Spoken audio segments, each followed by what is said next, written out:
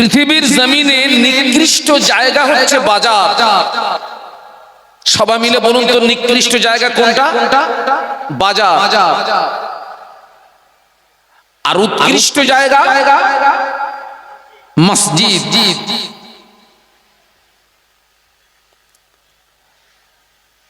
এত সুন্দর একটা মাহফিল, কিন্তু এক শ্রেণীর নারী আর পুরুষদের জন্য এই মাহফিলের ঐতিহ্য নষ্ট হয়েছে না হয়নি?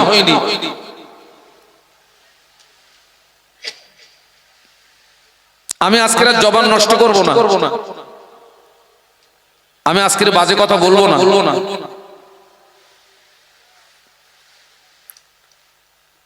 তবে আমি ভদ্র ভাষায় বলবো, যে পুরুষের দ্বারাতে মাহফিলের ক্ষতি হবে, শুনে রেখে দিও, কিয়ামতের ময়দানে তোমাকে হিসাব দেওয়া লাগবে। তুমি যত বড় জমিদারের বাচ্চা হও, আল্লাহর কোরআন, আমাই ইয়ামাল মিসকালা যাররাতিন খায়রান ইয়ারা ওয়া মান ইয়ামাল মিসকালা যাররাতিন শাররান ইয়ারা। পৃথিবীর জমিনে কেউ যদি জাররা পরিমাণে নেকির কাজ করে, আল্লাহ তাকে ওই জাররা পরিমাণে নেকি জাযা দিয়ে দেবে। বলুন সুবহানাল্লাহ। আবার পৃথিবীর জমিনে কেউ যদি জাররা পরিমাণে গুনার কাজ করে, কিয়ামতের ময়দানে ওই গুনার খেসারত তাকে দেওয়া লাগবে। যে নারী আর পুরুষের দ্বারা এই মাহফিলের ঐতিহ্য নষ্ট হচ্ছে, জেনে রেখে দিও, কিয়ামতের ময়দানে তোমরা এতিমের মতো দাঁড়িয়ে থাকবে। এতিমের মতো দাঁড়িয়ে থাকবে তোমরা। তোমাদের লজ্জা হওয়া উচিত, তোমাদের শরম হওয়া উচিত। আমি বলবো তোমরা মুসলমানের নামের কলঙ্ক। তোমরা ঠিক বলছি না ভুল বলছি? আমি মেন রাস্তা থেকে এই পর্যন্ত আসতে আমার দৃষ্টিতে যে ছবি ধরা পড়েছে, ওই জায়গাটায় জেনার গোনা হচ্ছে, ওই জায়গাটায় নারী পুরুষের জেনার গোনা হচ্ছে। পুরুষদেরকে বলবো মাহফিলে আসো। পুরুষদের যেমন ওয়াজ শোনার প্রয়োজন, নারীদেরও তেমন ওয়াজ শোনা প্রয়োজন। মায়েদের জন্য আলাদা বসার ব্যবস্থা আছে। যদি মন চায় ওই পর্দার আড়ালে বসে দুটো কথা শুনুন, মন যদি না চায় দূর হয়ে বাড়ি যান। পুরুষদেরকে বলছি, যদি মন চায় মাহফিলে আসো, মন যদি না চায় দূর হয়ে বাড়ি যাও। মাহফিলের ক্ষতি করো না। আল্লাহ ওদেরকে হেদায়েত দিক। আমরা বলি আল্লাহুম্মা আমিন। একটু মহব্বতে বলুন আল্লাহুম্মা আমিন। বিশ্বনবীর মাজার মুকাদ্দাসে জানাই অসংখ্য দরুদ এবং সালাম। সম্মিলিতভাবে অন্তরের অন্তরস্থল থেকে বলি সাল্লাল্লাহু আলাইহি ওয়াসাল্লাম। আমরা সবাই জানি, আমি যে কাজই করি না কেন তার একটা উদ্দেশ্য থাকে। আপনি আমি যে কাজই করি না কেন তার একটা কি থাকে? একটা উদ্দেশ্য থাকে, একটা টার্গেট থাকে। তো আজকের যে মাহফিলটা হচ্ছে, এই মাহফিলটা আমার পিছনে একটা উদ্দেশ্য আছে। যিনি আমাকে দাওয়াত করেছিলেন, আমি তার কাছ থেকে শুনলাম মাহফিল দেওয়ার উদ্দেশ্য কি। তিনি মুরব্বী মানুষ। তিনি বললেন আজকের এই মাহফিলটা হচ্ছে পীরানে পীর দস্তগীর হযরত বড় পীর আব্দুল কাদের জিলানী রহমাতুল্লাহ আলাইহি হুজুরের শানে মাহফিল। আলহামদুলিল্লাহ বলুন। নিশ্চয়ই আপনারা হুজুরকে ভালোবাসেন, মহব্বত করেন, সেজন্য তানার শানে মাহফিল দিয়েছেন।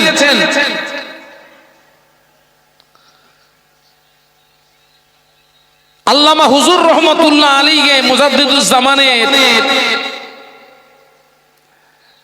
জীবনী লিখতে গিয়ে একটা জায়গাতে লিখেছেন, আল্লাহর ওলিরা ইন্তেকালের পরেও রুহানি হালাতে পৃথিবীর যে কোনো স্থানে ভ্রমণ করতে পারেন। একটু সুবহানাল্লাহ বলবেন না? আল্লামা বড় মাওলানা মুজাদ্দিদুজ জামানের জীবনী লিখতে গিয়ে লিখেছেন, আল্লাহর ওলিদের আল্লাহ এমন পাওয়ার দিয়েছেন, তারা ইন্তেকালের পরেও কোন হালাতে?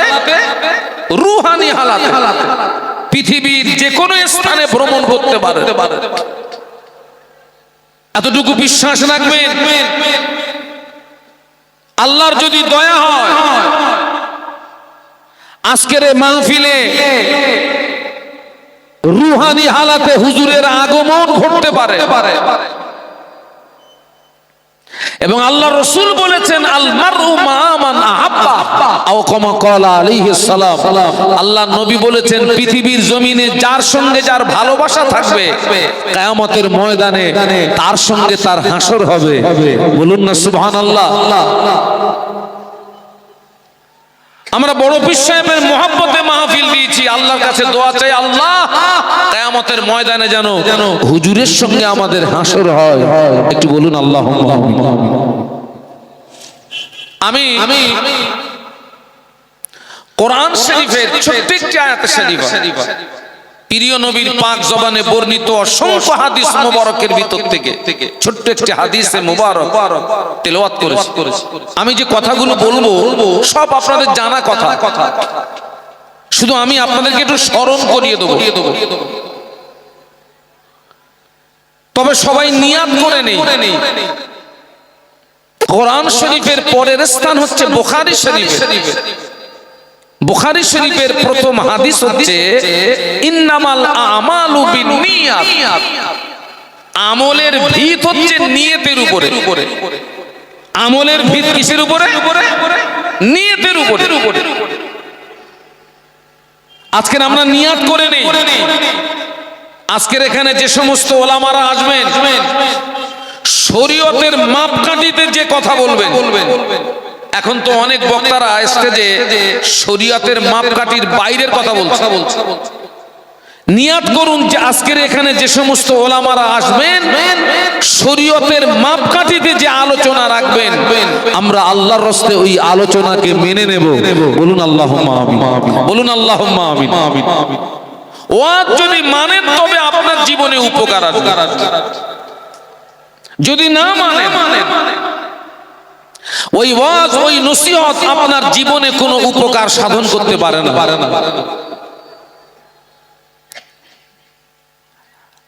আমি শাহানুর আলম এখানে বক্তব্য রাখছি, আপনি আমার বক্তব্য শুনলেন কিন্তু মানলেন না, আপনার জীবনে কোনো উপকার আসবে না। ফুরফুরা শরীফের পীর সাহেব হুজুরকে দাওয়াত করেছেন, তিনি এসেছেন, ওয়াজ করলেন, শুনলেন, মানলেন না, আপনার জীবনে কোনো উপকার আসবে না। কাবা শরীফের ইমামকে দাওয়াত করেছেন, তিনি এসেছেন, ঘন্টার পরে ঘন্টা আলোচনা করেছেন, শুনেছেন, মানলেন না, আপনার জীবনে কোনো উপকার আসবে না। আমি শাহানুর আলম নই, ফুরফুরা শরীফের পীর সাহেব নয়, কাবা শরীফের ইমাম নয়, আপনার মসজিদের জুমার ইমাম যিনি জুমার দিনে আধা ঘন্টা 20 মিনিট যে আলোচনা রাখেন, কেউ যদি মেনে নেওয়ার নিয়াতে ওই ইমাম সাহেবের আধা ঘন্টা বক্তব্য শুনে মেনে নেওয়ার নিয়াতে ওই আধা ঘন্টা বক্তব্য তার জীবন পরিবর্তন হওয়ার জন্যই যথেষ্ট। সুবহানাল্লাহ। আল্লাহ আমাদের উভয়কে শোনা বলার চেয়ে বেশি আমল করার তৌফিক দিন। বলুন আল্লাহুম্মা। আল্লাহ কোরআন শরীফের ভিতরে বলেছেন, ইয়া আইয়ুহাল্লাযীনা আমানু কু আনফুসাকুম ওয়া আহলিকুম নার। আল্লাহ বললেন, হে বিশ্বের ঈমানদার সম্প্রদায়, নিজে জাহান্নামের আগুন থেকে বাঁচো এবং তোমার আহাল বর্গ দিগকে জাহান্নামের আগুন থেকে রক্ষা করো। আল্লাহ বললেন, আগে নিজে বাঁচো, তারপরে আহাল বর্গ দিগকে বাঁচাও। একজন ব্যক্তি তিনি নিজে জাহান্নামের আগুন থেকে বাঁচার চেষ্টা করলেন, কিন্তু আহাল বর্গ দিগকে জাহান্নামের আগুন থেকে বাঁচানোর ব্যাপারে তার যদি কোনো ভূমিকা না থাকে, তিনি কোরআন শরীফের ওই আয়াতে শরীফার এক অংশের উপরে আমল করলেন, অপর অংশকে পরিত্যাগ করলেন। আমার কথা বুঝতে পারছেন না? আজকে সমাজ দেখুন, আমরা অনেকে নিজেরা জাহান্নামের আগুন থেকে বাঁচার চেষ্টা করি, কিন্তু আহাল বর্গ দিগকে জাহান্নামের আগুন থেকে বাঁচানোর ব্যাপারে আমাদের অনেকের কোনো ভূমিকা নেই। আমি 5 ওয়াক্ত নামাজ পড়ি, আমি রমজান শরীফের রোজা রাখি, আমি হজ করেছি, টাকা আছে, যাকাত দিই, এক কথায় আমি শরীয়ত সম্মত কাজগুলো করি, আর শরীয়ত বিরোধী যত কাজ, সমস্ত শরীয়ত বিরোধী কাজ থেকে আমার জীবনকে বাঁচানোর চেষ্টা করি। তার মানে অঙ্ক দাঁড়াচ্ছে আমি নিজেকে নিজে জাহান্নামের আগুন থেকে বাঁচানোর ব্যাপারে সচেতন, কিন্তু আমার অধীনস্থ যারা, আমার স্ত্রী, আমার ছেলে, আমার মেয়ে, এরা শরীয়তের ধার ধারে না, এবং এদের ভিতরে যথেষ্ট শরীয়ত বিরোধী কাজ লুকিয়ে। আমি বাড়ির একজন গার্জেন হিসাবে, দায়িত্বশীল ব্যক্তি হিসাবে আমার অধীনস্থদেরকে আমি সৎ কাজের আদেশ করি না, অসৎ কাজের নিষেধ করি না। এক কথায় আহাল বর্গ সম্পর্কে আমার কোনো মাথার যন্ত্রণা নেই। আপনাদেরকে জিজ্ঞাসা করছি, বলুন তো, আমার মতো ব্যক্তির জন্য জান্নাত পাওয়া, জান্নাতে যাওয়া সহজ না কঠিন? খুব কঠিন, শুধু কঠিন, খুব কঠিন। কেন? কিয়ামতের ময়দানে আমার স্ত্রীর সম্পর্কে আমাকে প্রশ্ন করা, আমার মেয়ে সম্পর্কে আমাকে প্রশ্ন করা, আমার ছেলে সম্পর্কে আমাকে প্রশ্ন করা। আল্লাহ রাসূল বলেছেন, আলা কুল্লুকুম রাঈন, সাবধান হয়ে যাও, তোমরা সকলে এক একজন রাখাল সদৃশ। অকুল্লুকুম মাসউলুন আন রাইয়াতিহি, বিশ্বনবী বললেন ওই রাখালের অধীনস্থ যারা, কিয়ামতের ময়দানে তাদের ব্যাপারে জবাবদিহি করা লাগবে। আমার দিকে তাকান, আল্লাহ রাসূল যে বললেন তোমরা সকলে এক একজন রাখাল, এই হাদিসের ব্যাখ্যা হচ্ছে আমি এই চেয়ারে যতক্ষণ থাকবো আমি আপনাদের রাখাল। আমার এখন দায়িত্ব কি? আমি এই চেয়ারে যতক্ষণ থাকবো আমার দায়িত্ব হচ্ছে সৎ কাজের আদেশ করতে হবে, ঠিক তার পাশাপাশি অসৎ কাজের একটু কথা বলুন নিষেধ করতে হবে। এটা হচ্ছে আমার দায়িত্ব, আমি যতক্ষণ এই চেয়ারে থাকবো। কিন্তু আমি খুব টেনশনে পড়ে গেছি। টেনশনটা হচ্ছে আমি যখন নতুন নতুন বক্তৃতা জগতে আসি, তখন আপনাদের এইসব এলাকায় বিপুল ভাবে আসতে। এখন আমার অধিকাংশ প্রোগ্রাম হয়ে গেছে সব দূরে দূরে, এখন আমি লোকালিটিতে খুব একটা দাওয়াত নেওয়ার সময় পাইনি। তো আজকের বিগত কয়েক বছর পরে আপনাদের এখানে আমি টেনশনে পড়ে গেছি। আমি শরীয়তের যে কোনো বিষয়ের উপরে আলোচনা রাখি না কেন, আমার আলোচনা কারো না কারোর গায়ে লাগবে। তার মানে আচ্ছা, বড় পীর সাহেবের শানে মাহফিল, নামাজ বাদ দিয়ে আল্লাহর ওলি হওয়া যায়? একটু কথা বলুন। তাহলে আজকের বড় পীর সাহেব হুজুরের শানে মাহফিল আমার সমাজে নারী পুরুষ নির্বিশেষে বেনামাজি আছে না নেই? আছে না? আমি যদি এখন বেনামাজির বিরুদ্ধে বক্তব্য রাখি আর নারী পুরুষ ওই আসামি যদি কেউ থাকে, ওর গায়ে লাগবে না? বাবার দরকার নেই, নতুন এসটি লাগতেছে, ওটা বাঁয়ে রেখে দেই, থাক। পীরানে পীর দস্তগীর বড় পীর আব্দুল কাদের জিলানী রহমাতুল্লাহ আলাইহি জীবনে কোনোদিন কারোর হক ফাঁকি দিয়েছেন? আজকের আমার সমাজে হক ফাঁকি দেওয়ার প্রতিযোগিতা চলছে। আমি যদি এখন ওই হক ফাঁকি দেওয়ার বিরুদ্ধে বক্তব্য রাখি, আসামে যদি কেউ থাকে ওর ঘাড়ে দুপুরি মাছ পড়বে না? পড়বে না? কথা বলেন না, বলেন না। তাহলে বাবা দরকার নেই, লাগতেছে ওটা বাঁয় থাক। বাবা পীরানে পীর দস্তগীর বড় পীর আব্দুল কাদের জিলানী রহমাতুল্লাহ আলাইহি, তিনি জীবনে কোনোদিন মদের ধারে পাশে গিয়েছেন? না। আজকের আমরা যারা বড় পীর সাহেবের ভক্ত সেজেছি, যে এক শ্রেণীর মানুষ, এই মুসলমানের ভিতরে মাতাল পাওয়া যাবে না? যাবে না? যাবে না? আর আমি যদি মাতালের বিরুদ্ধে বক্তব্য রাখি, ওর ঘাড়েও বাস পড়বে না? পড়বে না? বাবা দরকার নেই, থাক।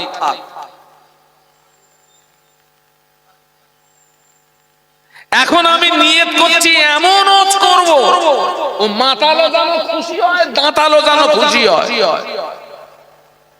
দায়িত্ব পালন হবে? বলুন বলুন বলুন।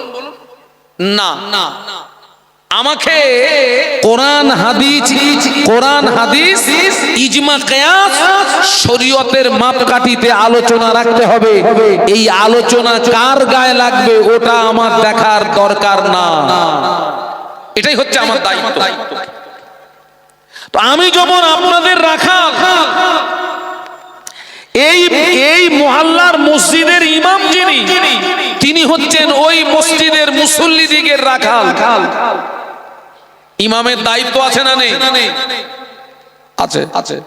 এই গ্রামের মেম্বার যিনি, তিনি হলেন এই গ্রামের জনগণের রাখাল। ইমামের দায়িত্ব, আপনার মেম্বারের দায়িত্ব আছে না নেই?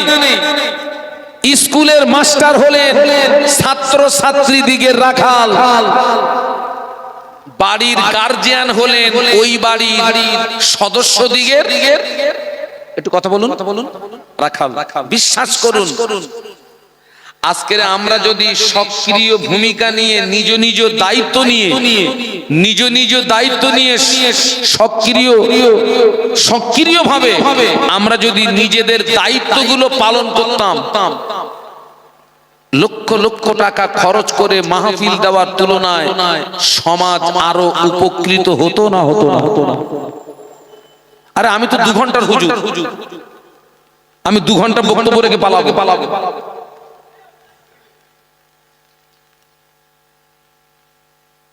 আপনারা জেনে রেখে দেবেন,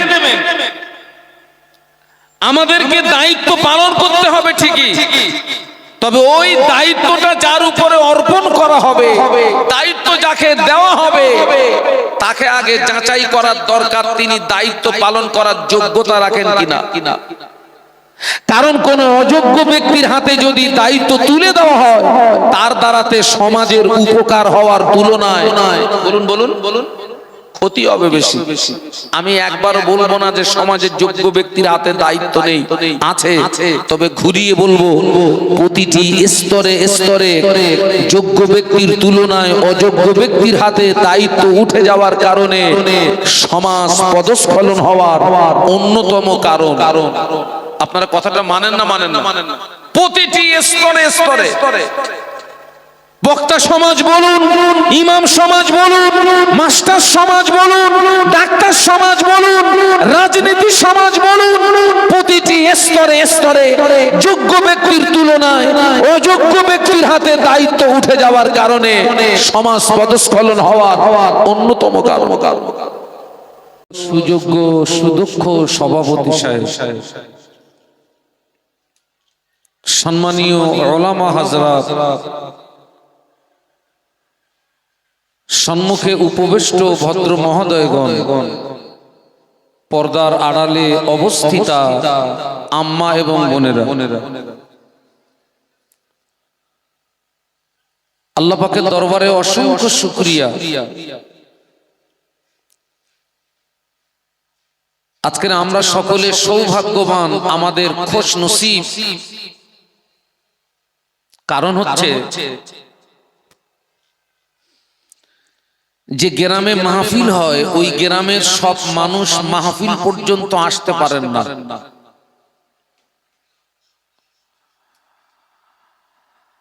আপনারা একটু লক্ষ্য করুন, আপনারা দেখবেন গ্রামের অনেক মানুষ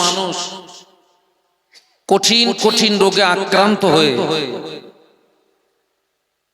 কেউ হসপিটালে, কেউ নার্সিং হোমে, কেউ বাড়ির বিছানায় শুয়ে পড়ে চোখের দুই কিনারা দিয়ে পানি গড়িয়ে যাচ্ছে।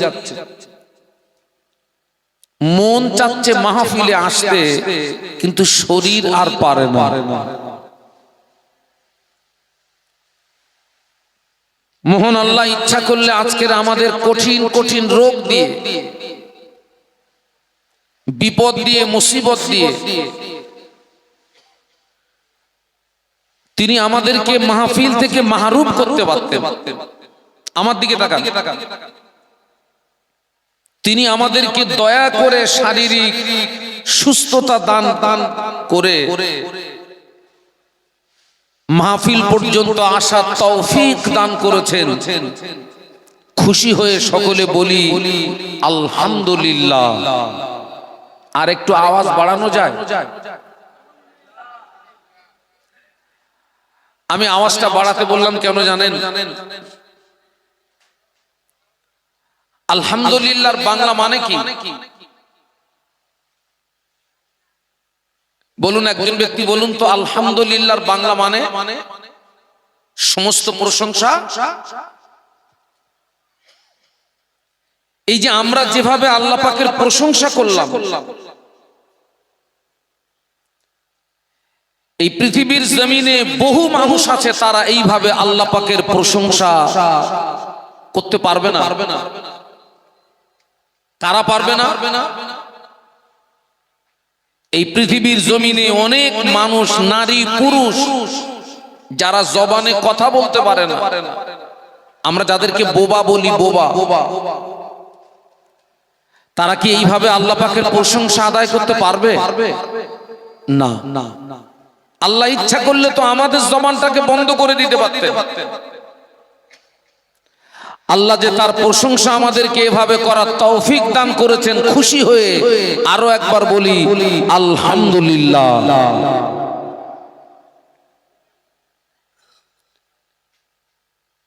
তবে এই জায়গাটাতে আমি একটু কথা বলি, দুঃখ এবং আফসোস। আপনারা, আমি এক্ষুনি যে কথাটি বলবো মনে হয় আপনারা হাজারো বার শুনেছেন কথাটা।